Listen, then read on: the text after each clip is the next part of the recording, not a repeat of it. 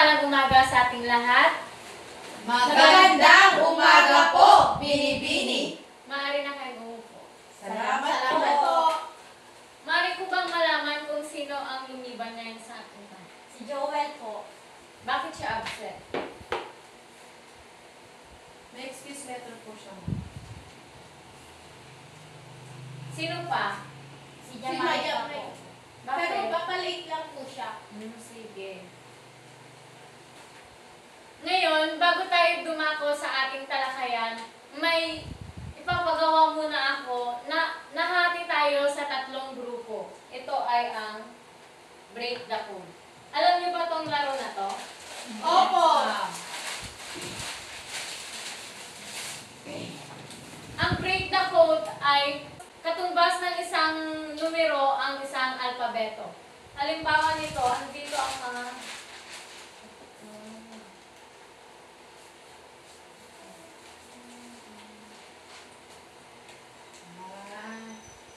ngayon, maaari nyo nang umpisahan.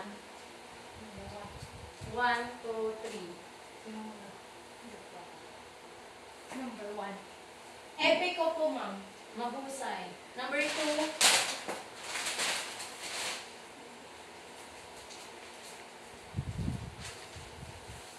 Sulat ko lang ito. Isusulat po.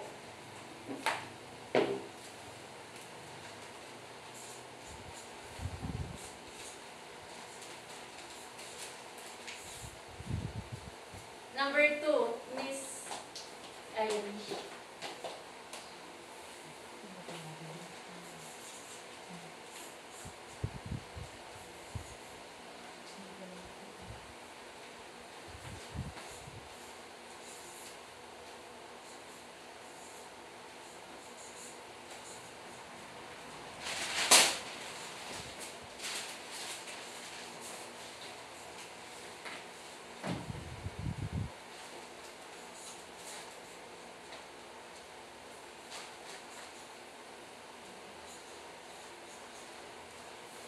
At panghuli, Binibining Jerry.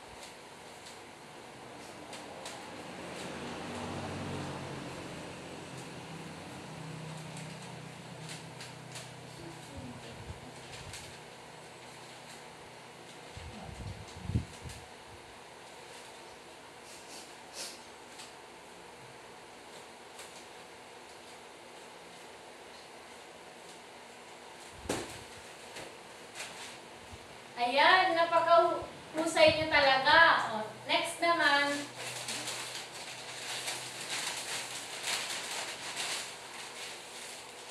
ano ang nakikita niyo sa drawing na ito? Espada po. Espada. Ano ang simbolo ng espada? Ma'am, ginagamit po ito sa pagigdigmaan. Ne. Tatapangan. Armas po. Mahusay. Ngayon, may papanood akong maikling video na patungkol sa ating tatalakayin mamaya.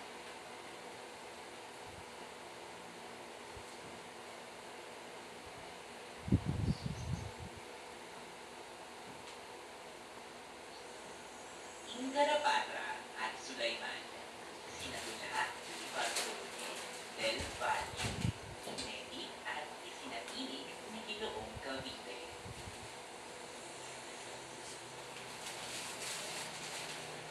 Si Ingarapatra ay ang matapang na hari ng Mantapuin. Nabalitaan niya ang maliit na pananalakay ng mga dakuhalang ibon at mababangis na hayop sa ibang panig labis niyang ikinalulungkot ang mga nangyayaring ito sa mga naninirahan sa labas ng kaharian ng Mantapuli. Ipinatawag ni Indarapatra ang kanyang kapatid na si Sulaiman, isang matapang na kawal. Inutusan ni Indarapatra si Sulaiman upang puksain ang mga ibon at hayop na namiminsala sa mga tao. Agad na sumunod si Sulaiman. Bago umalis si Sulaiman, nagtanim si Indarapatra ng halaman sa may susawan.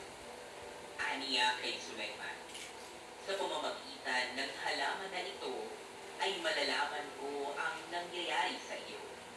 Kapag namatay ang halaman na ito, nangangahulugan na ikaw ay namatay.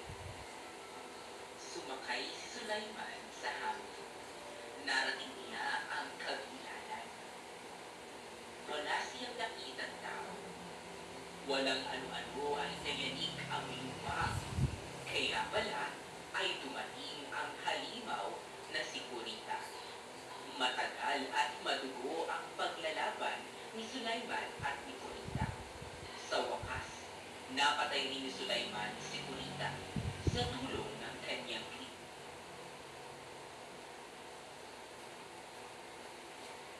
Ngayon, tapos na ang maikling video. Ngayon naman, sasagutan nyo ang aking inahandang tanong. Ilarawan ang katangian ng mga pangunahing tauhan at bakit?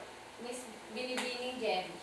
Ang mga tauhan sa ating pinanood ay nagpapakita ng katapangan, ang pagiging makabayan at katapatan sa kanilang katungkulan. Number, anong uri ang akda na binasa or pinanood? Binibining Irish. Epic ko, ma'am, na nagpapakita ng mga, yung mga tauhan na yung mga bayani.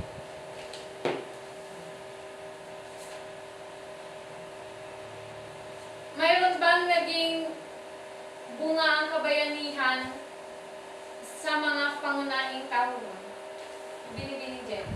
Nang dahil dito po, naging kilala po sila sa kanilang bayan at naging inspirasyon sila upang maging matapang ang kanilang mga kababayan.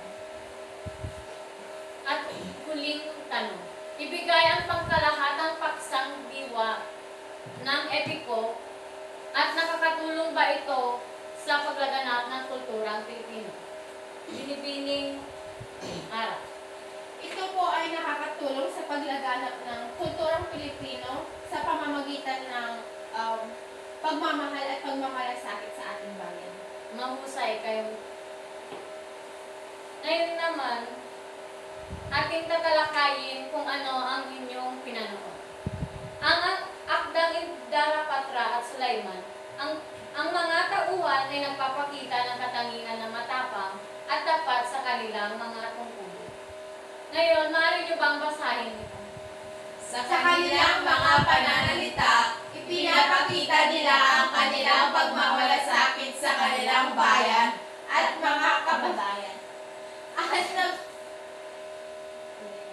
At nagpapahayag ng kanilang mga adhikain at layunin. Ang tono ng kanilang pananalita ay malalim at pinakamatapang na nagpapakita ng kanilang determinasyon.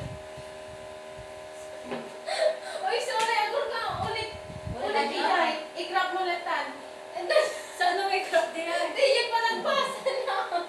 O, sabay-sabay to, wait lang. Uy, hindi pwedeng sabay-sabay dito. Hindi, sa kanilang Uy, pananalita.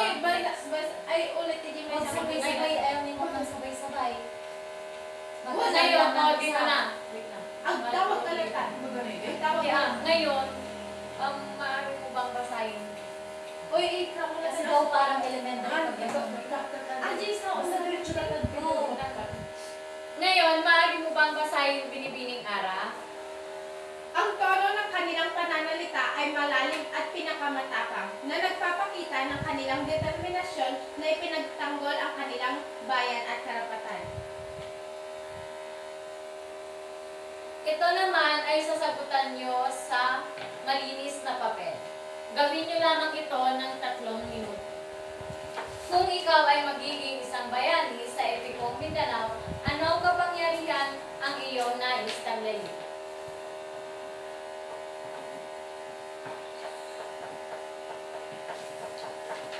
Tapos na ba kayo? Hindi pa po. May 1 minuto na lang yung natitira. Tapos na po, ma'am.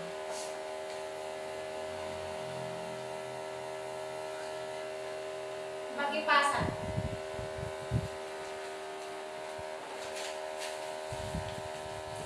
Hindi ka nang pas. Salamat. Maaari niyo bang basahin ang inyong takdang aralin? Binibining aral. Gumawa ng isang salaysay na tumatalakay sa mga makabagong bayani sa kasalukuyang panahon. Lagyan din ito ng larawan at ikabit sa kwaderno. Pangalawang tanong. Binibining Jerry. Ano-ano ang mga pag-ugnay na ginagamit sa pagbibigay ng sanhi at bunga? Isa-isahin mo. Naintindihan niyo ba ang ating tinalakay? Oo, Yes, ma'am. opo. Ngayon, tapos na ang ating class.